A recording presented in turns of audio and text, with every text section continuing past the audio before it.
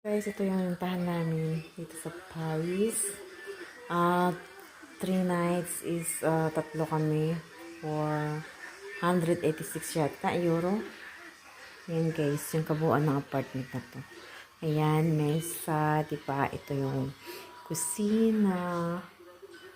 Dito ako natutulog. Sofa, ayan.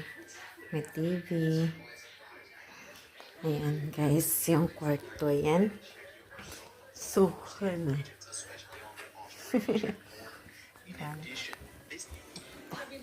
Ito yung kwarto guys. Hana, lapit. Ikut saray. At, nalikos ka lang ta? Yeah. Ayan ta. Ito yung banyo niya. Okay lang siya guys. Ayan. Banyo.